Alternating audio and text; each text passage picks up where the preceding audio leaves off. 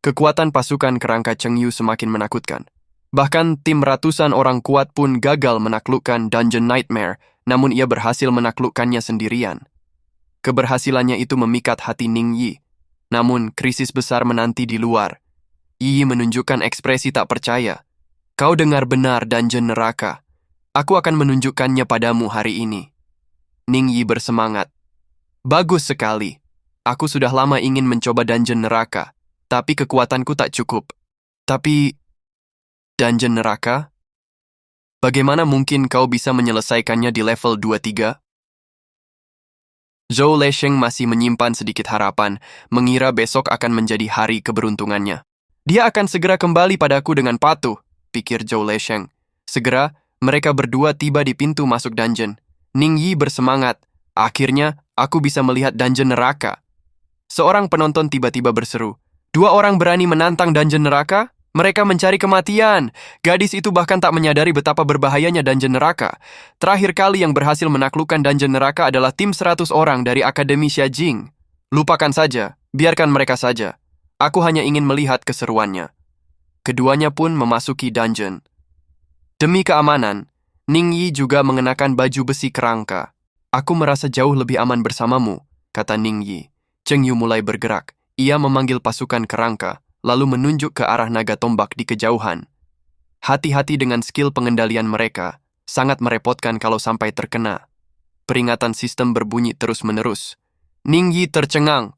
Mudah sekali bagimu untuk menaklukkan Dungeon Neraka? Cheng Yu berkata dengan tenang. Sebenarnya tidak terlalu sulit. Hanya kau yang mengatakan itu mudah. Orang lain akan mati kalau mencoba Dungeon Neraka dan mereka pasti akan menyesalinya. Ning Yi memperhatikan bahwa kekuatan tempur pasukan kerangka Cheng Yu meningkat pesat. Mereka tak gentar menghadapi monster-monster kuat, seakan ingin menunjukkan kemampuan terbaik mereka di hadapan calon majikan. Ning Yi tersenyum bahagia. Melihat istana naga di kejauhan, Cheng Yu bertanya, "Yi, selain inti kristal naga, apa lagi yang kau butuhkan?" Ning Yi menjawab, "Aku masih membutuhkan inti kristal naga. Setelah mencapai level 25, aku akan menjadi prajurit bintang 1. Ia mengeluarkan sebuah cincin. Bagaimana dengan cincin raja yang terbuat dari peti harta karun Raja Goblin yang kau berikan padaku terakhir kali? Namun tiba-tiba perisai kerangka Ning Yi aktif. Cheng Yu menyangga tubuhnya dan Ning Yi memanfaatkan kesempatan itu untuk memeluk Cheng Yu. Di bawah serangan pasukan kerangka, tak ada yang bisa bersembunyi, hanya sedikit merepotkan. Ini memang tingkat kesulitan yang tinggi, kata Ning Yi, tapi aku punya cara untuk melihat menembus-tembus pandang. Matanya bersinar merah, ia menunjuk ke arah barat daya, tenggara, dan barat laut. 3 di sana. Dengan kerja sama Ning Yi, monster tak kasat mata itu langsung dibantai.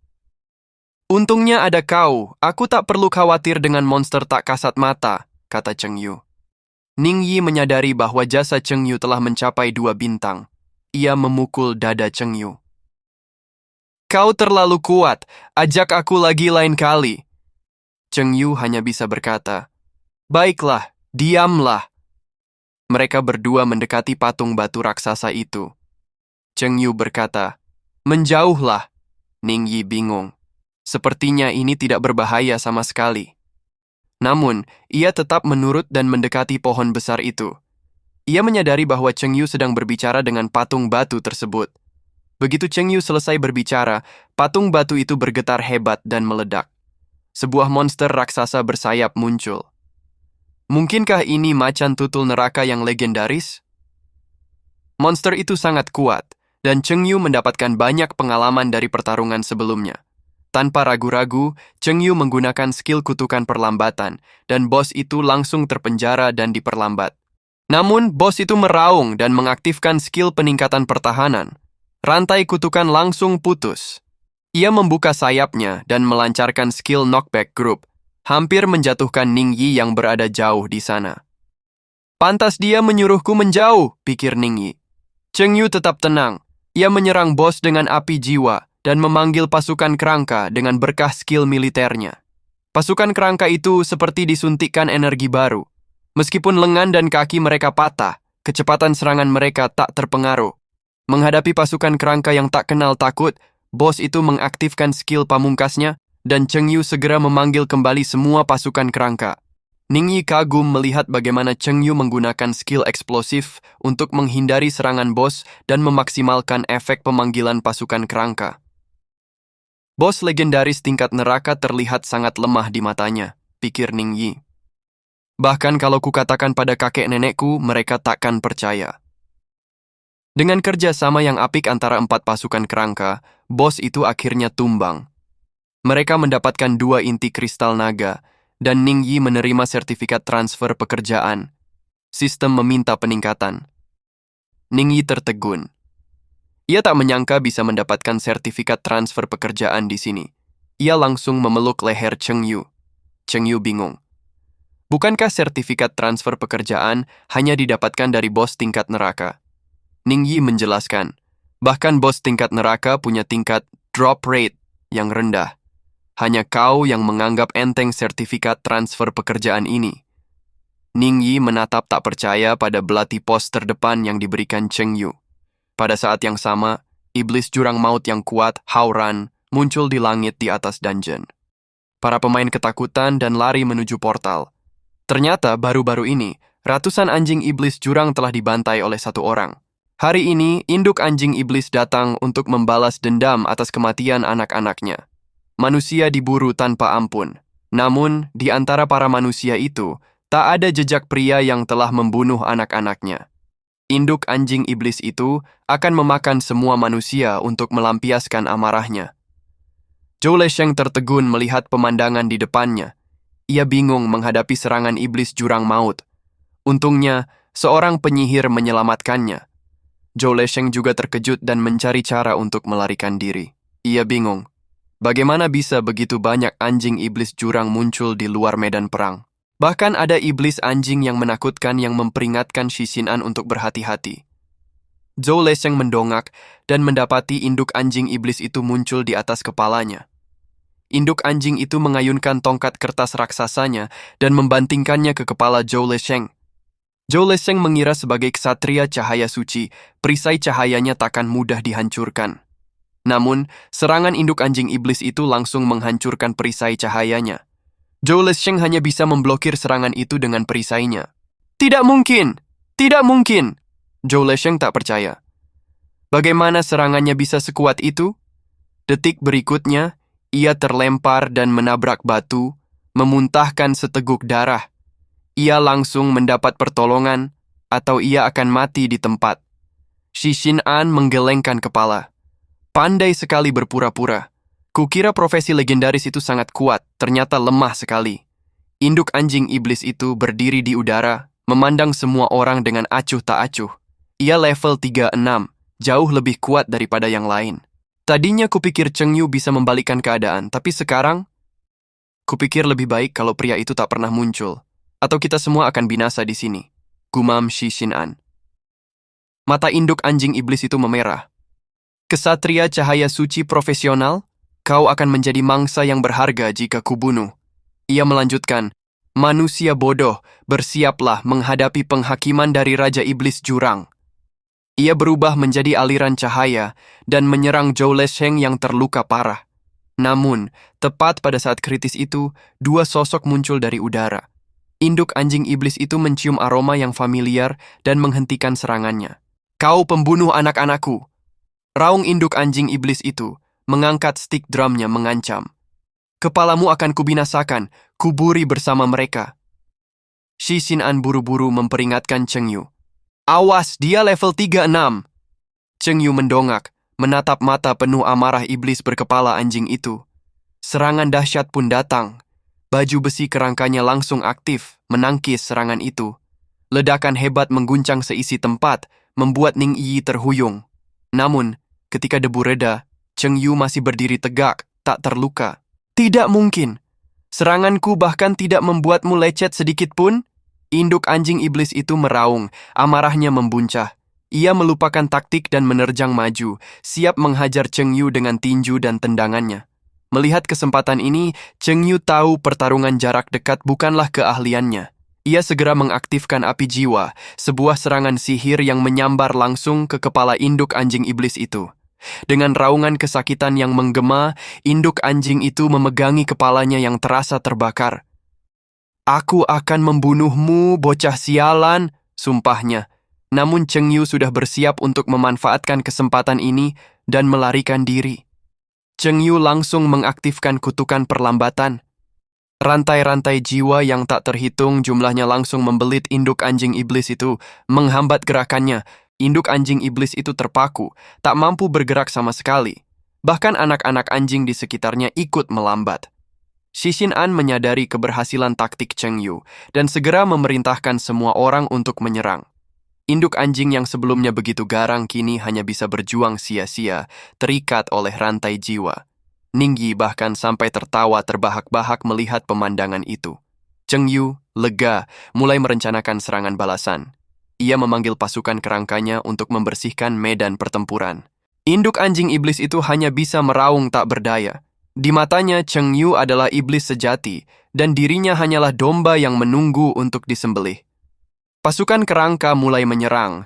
Panah-panah menghujani tubuhnya sebelum akhirnya sebuah pedang raksasa menebas kepalanya. Manusia terkutuk, aku akan membalas dendam, teriaknya sebelum akhirnya mati. Shishin An pun menghela napas lega. Cheng Yu melepaskan pasukan kerangkanya. Dengan serangan pamungkasnya, tubuh induk anjing iblis itu jatuh terhempas. Sebelum induk anjing itu benar-benar mati, Cheng Yu sempat mengejeknya. Berobatlah, semoga kau lebih kuat lain kali. Lalu ia berbalik dan pergi, meninggalkan pasukan kerangkanya untuk mengurus mayat. Mereka tak hanya mendapatkan darah iblis untuk menempa peralatan, tetapi juga 500 poin militer dan promosi menjadi pemburu bintang 5. Cheng Yu sendiri mendapatkan 1000 poin dan kontribusi militer, sementara Ningyi juga menerima banyak poin militer sebagai bonus. Keberhasilan melawan induk anjing iblis itu membawa dampak besar. Reaper of Death, Cheng Yu, berhasil naik level ke-7, sebuah pencapaian yang menakjubkan. Ningyi, yang sebelumnya hampir putus asa, kini tersenyum lega dan berterima kasih kepada Cheng Yu. Terima kasih, tanpa kau aku tak tahu apa yang akan terjadi, ucapnya tulus. Suasana meriah dan penuh sukacita mengelilingi Cheng Yu yang menjadi pusat perhatian. Namun di sudut, Zhou Lesheng mendidih menahan amarah. Sebagai ksatria cahaya suci legendaris, ia merasa harga dirinya tercoreng karena harus diselamatkan oleh seorang pemula. Diselamatkan oleh seorang level rendah, suatu hari nanti aku akan menginjak-injakmu dan mencapai puncak kejayaan. Dengan khawatir, Cheng Yu menanyakan keadaan Shishin An. Saya baik-baik saja, berkat perisai Anda, jawab Shishin An.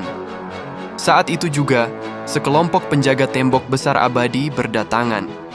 Melihat ratusan mayat bergelimpangan, kapten penjaga mereka langsung bertanya apa yang terjadi. Setelah mendengar penjelasan mereka, kapten penjaga menatap tak percaya pada Cheng Yu. Seorang pemula level 23 bisa melakukan ini, gumamnya.